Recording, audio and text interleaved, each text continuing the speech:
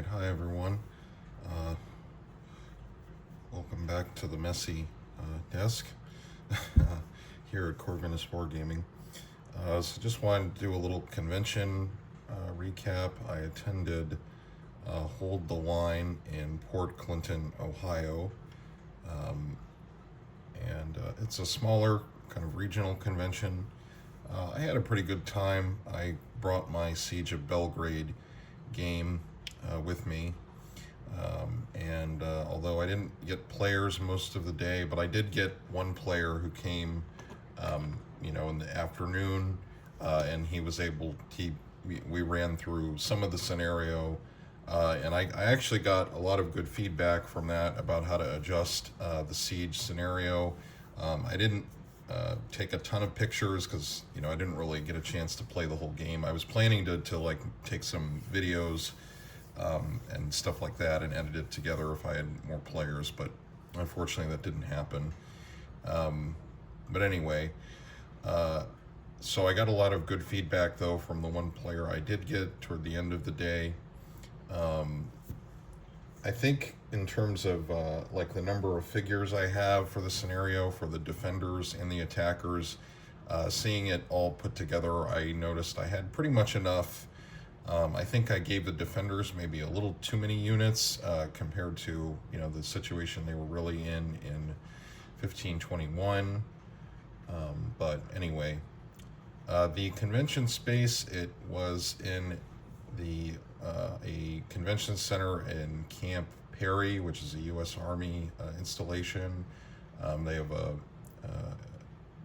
a little hotel convention center. And it was a nice venue. I thought it was just the right size. It had a very nice view of Lake Erie, which you don't always expect something like that at a wargaming convention. So I hope they can keep that space for the next year. I would like to go back, and maybe there'll be slightly more players. I would like to go back, maybe to do Friday evening and Saturday, but between money and sometimes it's I don't like to leave my cat alone without me, so overnight, so I didn't want to have to do that. But anyway, nice space. I thought it was just the right size, and there was enough room to have. They had a bolt action convention going on, and then they had quite a few tables for different games. It was nice. And I kind of like these smaller conventions. I think it's more, kind of relaxed and things like that. So I would recommend it if you're in, kind of Great Lakes sort of area, Ohio, or perhaps like Indiana or Western Pennsylvania, to check it out. They did give away, I did buy some things, not a ton of stuff, but I did buy some things while I was there. So I got all this stuff was from this company, RRB Minis and More, and there's his information, and so he had quite a lot of stuff there, so he had these. This is part of a trench system, but I wanted to get this for my siege so I could, take the wall section away and represent like it's, a blasted out sector, even though it's, it's more like a trench. But anyway, a nice piece of terrain. It was pre-painted and everything, and it's got locked in. So I might slowly order the rest of the pieces for this because I would like to have a trench system, and because the Ottomans actually did, and the Europeans at the time, they did dig a lot of trenches. So it would be cool to have the trench system facing the fortress for future other scenarios. I do like that it's got this pin, locking system. And then most of the figures he was selling were 28s, which I don't really buy, but they did have some of this bunch of 15 millimeter sci-fi stuff, and they were pretty reasonably priced. I actually had excellent price, especially for my budget. So I got these Colonial Marines. They look pretty cool. And I do like that they have more of a classic, sci-fi look, 70s or 80s. I wanted to get these because I thought it would be a nice, sometimes you just need to paint something a little different.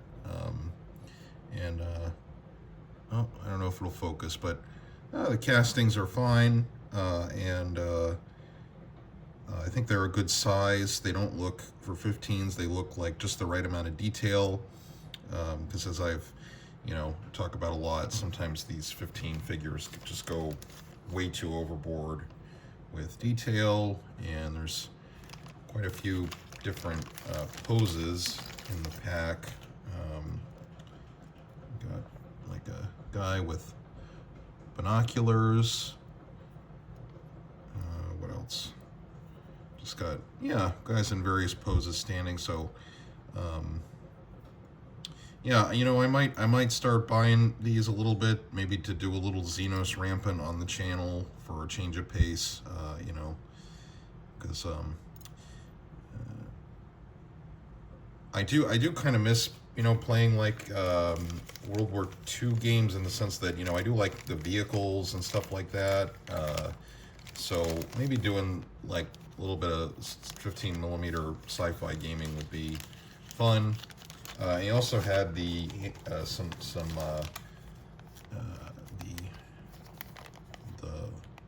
Blarad, which are like bearmen, I picked them up because they look kind of cool. So I will probably be ordering some more packs, because he also had a bunch of vehicles for this range as well. So hopefully it can come through, but got like dual wielding pistols, and these also look like they'll paint up quite nicely. Again, right amount of detail for 15s, and not and good castings. So I think they all have. Do they all have tooled pistols? Oh no, this guy's got like a machine gun, or laser machine gun, or whatever. Got another guy that's more like a rifle.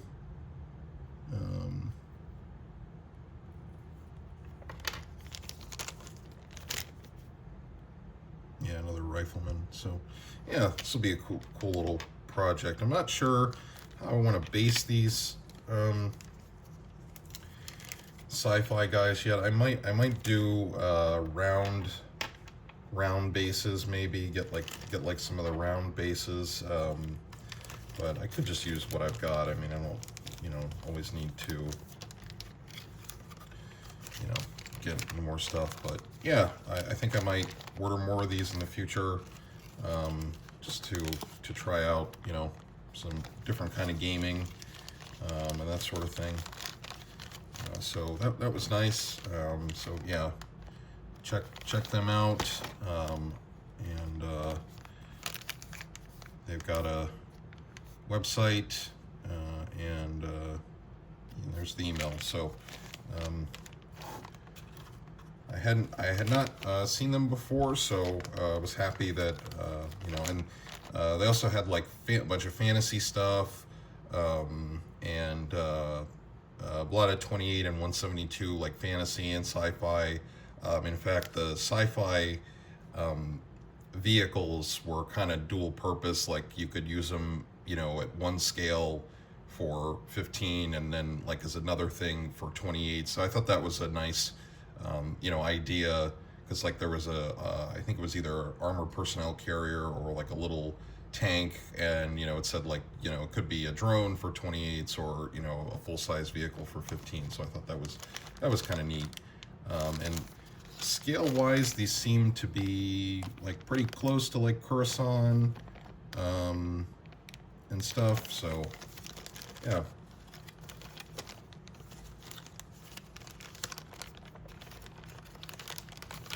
So that'll be fun. I could probably knock these out in a pretty short amount of time. Okay, and then they did give little, like gift bags. So, it's always nice to have these bags for more dice, and at the convention, I mean. And then it came with a notepad, which I always like having more of these, so that was nice.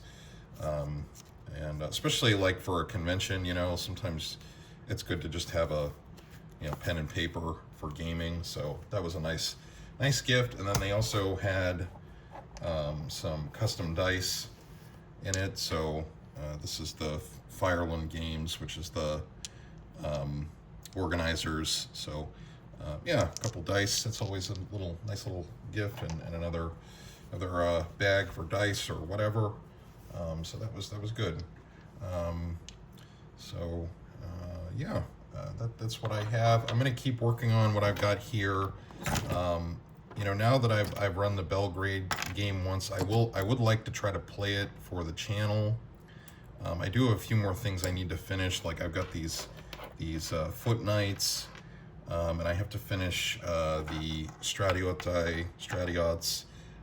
that I bought to give to the defenders as like the hussars, because it's hard to find like correct hussars for Hungarian hussars for the early 16th century in 15. But yeah, I've got some more of the knights to do. I painted up 3 bases, like pretty much the days leading up to the con, and I got those done because painting plate metal is pretty easy. In fact, if they're within reach, I'll show you guys. Oh, I think they might be. I might have. Yeah, I can't get to them at the moment, but maybe I'll do another video later. I might do a video just with like a showcase of like the defenders of Belgrade, and then maybe do another one with the attackers if I can get the full table set up here at home. Yeah, I'm sorry I haven't been like watching or commenting other people's videos. I've been kind of snowed in both by normal kind of work stuff, and then some not so fun personal stuff. So I apologize. I haven't been watching people's videos and commenting, but okay. And then now, since I've kind of got Belgrade, I'm kind of confident that I have Belgrade. I have enough stuff to run it, so I'm going to say that project is more or less complete, except for a few little units here to wrap up. But I don't foresee myself needing to buy a lot more stuff for it, other than just painting up things I already have. So now I think I can focus more on doing the Battle of Ankara, because I've got all my Timurids, and this has been ongoing for like a couple years now, year or two now, where I've really been trying to buckle down and get it done. But I think I've got a lot of Tatars for the Timurids. I have more Timurids. This is the heavy cavalry, but I have even more. I have another packs from Khorasan. And I also have a lot of this Ottoman light cavalry from I think these are 19th century miniatures, and I could probably use these in definitely I could use these in Tamerlane's army as Turkoman or some other kind of like maybe even Arab levies, something like that. Probably more Turkomans, but anyway. So I've got that, and then. In terms of the Ottoman side for that, Khorasan just came out with the Serbian Knights, so I'm really excited. I'm really happy he did that. So now I've got I can order those. I'll order those soon. Maybe I could get some for Christmas. And I think he's also coming out with more Tatars, but I have to check because he had a vote for Serbian Knights or Crimean Tatars, and I think he released the Serbs first. Which is awesome, but I would like to get more Tatars, because really for a lot of the armies, if you want to do kind of late medieval, early modern Islamic armies, it's always good to have kind of Turkomans and Tatars. you can kind of morph them into different things. So so I'm going to keep working on Battle of Ankara. Got another elephant here to do, and that sort of thing. But I will, yeah, I think I'll be trying to work on that in the coming months, and then maybe in the spring or summer, I can bring it to a convention. Terrain-wise, that'll be much easier because I would pretty much only need one built-up area for a castle to represent like the actual fortress at Ankara that existed in early 15th century, which I've been to. I've been to twice actually, yeah. And so to have that, although the actual battle was a field battle, not a siege. But anyway, so that's what I'm going to try to keep working on. I'm trying to, try to sit down and do more painting, but, just life gets in the way sometimes. Okay. All right. Well, I think that's it.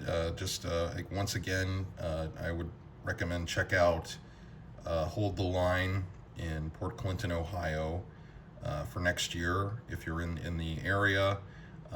Small con, but nice. It's a relaxed time. If you play Bolt Action, they do that. They had a Saga tournament as well, and normal kind of convention games. So check it out, and I'm hoping to be back there next year. And thanks for watching, guys, and I'll talk to you in the next video.